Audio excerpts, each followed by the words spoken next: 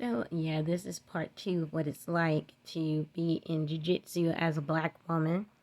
Like, you get taken as other or less than human, or you get dehumanized, disrespected, or treated like you are not a person, that you are a joke at some of these schools, at these toxic schools. So, I want you to know that if you're going to a comp school, a competition school, really make sure that the owner is legit, the stuff that they say that they are, like they walk the talk that they talk. And yeah, my experience at the first school that I was in, learning jiu-jitsu was horrible. Um, you know, um, this is the part two, so um, after that February, where this owner picked at me for asking him for coffee to learn more about him, I took 10 months off, which was really depressing for me, like reflecting on what happened with this guy who was supposed to be a great leader in society. It was kind of like a cult place where everybody just talked about, oh, how nice he was and he's such a good guy, and everyone was overlooking how he wasn't always a good guy. And he wasn't always nice, so it was easy for me to fall into that mentality myself and, not want to rock the boat or whatever. So it was really embarrassing for me. I felt like I couldn't tell anybody. And this is, it was really unfair. And, you know, I didn't see it happening to anybody else. I didn't see him being so friendly, encouraging, flirty with anybody else. It was only happening with me. And I wanted to believe it was because he liked me as a person, but he was just being charming so he could use it to get me to trust him and he could turn on me. Like, I had been there for a whole year before I asked him for coffee. Um, and when you start at a jiu-jitsu school as a woman, people can like take you for a joke that you're only there to meet men, and so they really flirt with you, like tease you that you're not there for the right reasons. But usually they only do that for the first couple of months, and they weren't really accusing me of not being there for the right reasons. And he was friendly to me for a whole year. And so I thought maybe he was sincere, like he kept up this act for a whole year. But, some people are really good at keeping up an act, that they could keep it up for a year or two or more, honestly, until they get you where they think they want you, where they think they have you. Especially covert narcs, which I believe he is, at least on a grander scale. I think he's a dark empath. But, that all happened with him. And so after that February where he humiliated me after class, when I was waiting to talk to him about my blue belt, I just didn't go back for about a year, for 10 months, because my knee still needed healing. And I reflected on it by myself. I was so depressed because I really admired him as a person first, and his story that, I knew he had been to jail for some reason, and he said that God had redeemed him, he'd changed, he'd become so positive and started this business to help other people, and he wanted to help more people like me, minorities in the sport, black women. And I went there because of my background, having been bullied growing up, my childhood trauma growing up with my family being, toxic, and I wanted to empower myself and do something positive for myself and meet supposedly positive people. he was always saying this is a place where you make great lifelong friends and everybody's positive and never give up with jiu-jitsu, and like these people who are here, they never give up, so they're the best people in society, and we teach values to respect people. But it just, he didn't live up to any of that. Like, there would be people who would come there, like his girlfriend being rude to him, rude to me, and he would just let it happen. There was another young woman who came one day, and she called me a bitch because I knew this jiu-jitsu move really well, and she didn't like that. And he said nothing to her. Or even his daughter came one day. She was like 12, and she was like teasing me. He didn't say anything to her. So, it was just a lot of crazy stuff going on there that didn't make any sense. But I tried to like give him passes for it, like make excuses for it. And, I had thought of that place as a happy place for me at one point, but then it turned into a complete nightmare. So I went back after that February to confront him and just get it from him what he had to say about what he did that day. And he told me that I took it all wrong, and that, I took everything wrong, that he was never really flirting with me. Times he would tell me my smile was so nice and I looked so good in my gi, and all kinds of flirty things that I didn't take wrongly. And so he tried to turn it on me. But so I realized he was a person that I didn't want to talk to anymore. And also I saw how he apparently was really now relapsed and really sprung out on the drugs that he had been caught with years before he started this place that had sent him to prison and made him an ex-con.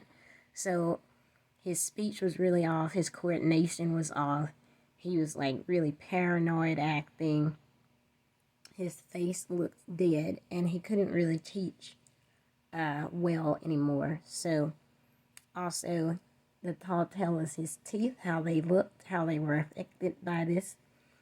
And it was just really scary. So I was just like, wow, this guy, he's a real character, So much happened within that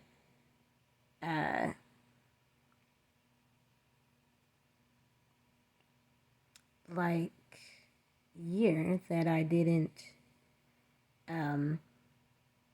go there and take those classes, that he really changed. Like, it was really telling on him what kind of life he was living with the drugs. And so I knew, he's not really a good leader. And, there were people there who knew he was on drugs because they knew him before me. They were going there for years before I was. And, so it was a really toxic place that was kind of like a cult, with like a cult mentality. To just say this guy was good when he really wasn't that good of a leader, and he shouldn't have been one in that place. So if you go to a place like that, keep your eyes open, research these folks who are leaders, and really make sure it's a great place with great leaders. I studied leadership in school, so I know what good leadership is. But, I was trying to believe in him, and that he was redeemed and stuff like that about his story. And he was just saying it was a great place to network, and I wanted to network with him because why not? He was so encouraging and friendly, just bullshit charming to me, But I found that out, and, it hurt because, what's wrong with asking your friend, someone who's supposed to be your friend, for coffee, even though I'm a black woman and he wasn't. He was like mixed with white and Mexican.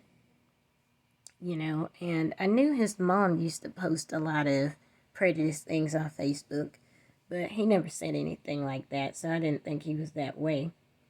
But I feel like he was, how he treated me. He must have been some kind of a bigot. And so I did a little more research and found out about why he went to prison.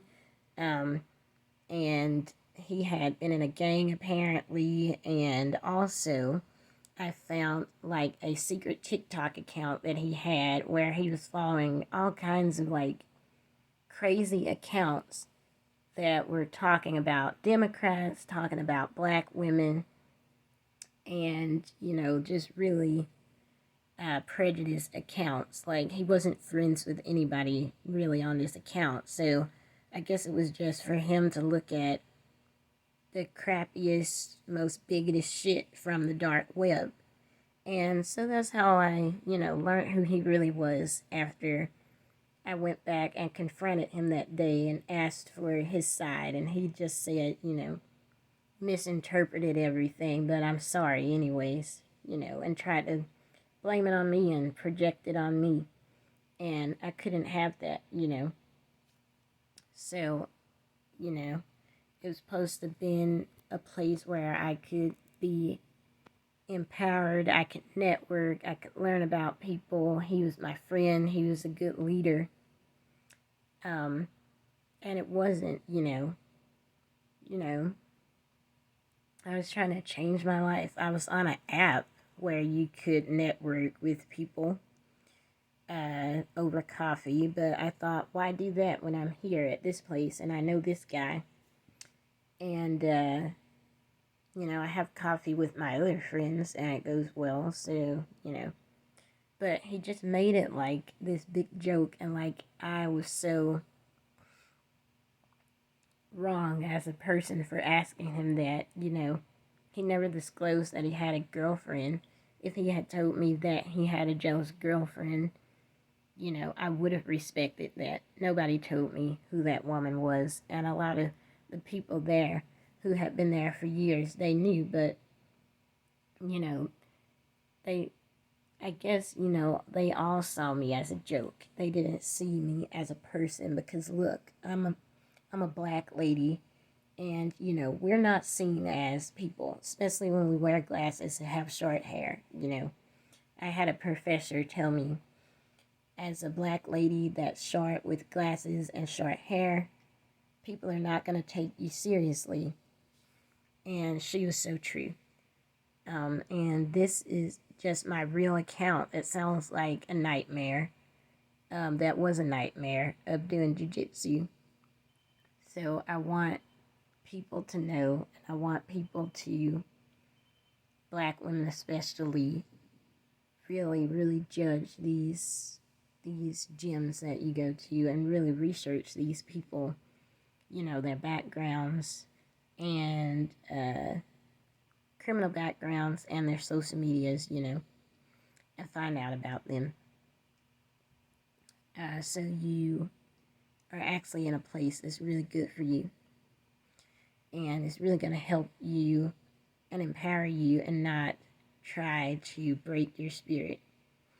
I'm still going to do jiu-jitsu, but at a different place. Like I said, at a Gracie school.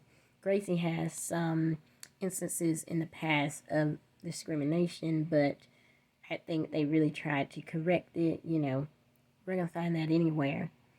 But these Gracie schools are accredited, and they have a way more positive reputation and way more positive ways that they are run with leadership and that accreditation and holding people accountable. And it's not just, some school that was founded by ex-con and his friends, that's not accredited, doesn't have any oversight over it or any leadership over it besides him and his friends, So I want my review up here, I thought long and hard about talking about this. I didn't want to ruin the guy's name or whatever, but people should know. that he's like this. If you're in Georgia, in the metro Atlanta area, and you're thinking about going to a gym and you want to know where I went so you can avoid it, contact me. I'll tell you about it. I want to help you avoid it. It's a really toxic place, and I'll help you avoid it, but not mentioning any names or dropping any names of the guy or the school or whatever, just putting this out here. And there are like some Rate Your BJJ Professor sites, and I tried to find him on there, but he wasn't on there.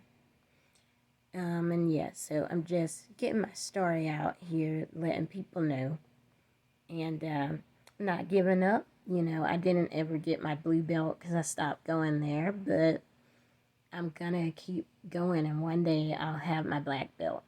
And so I'm not gonna quit, just gonna find a different school.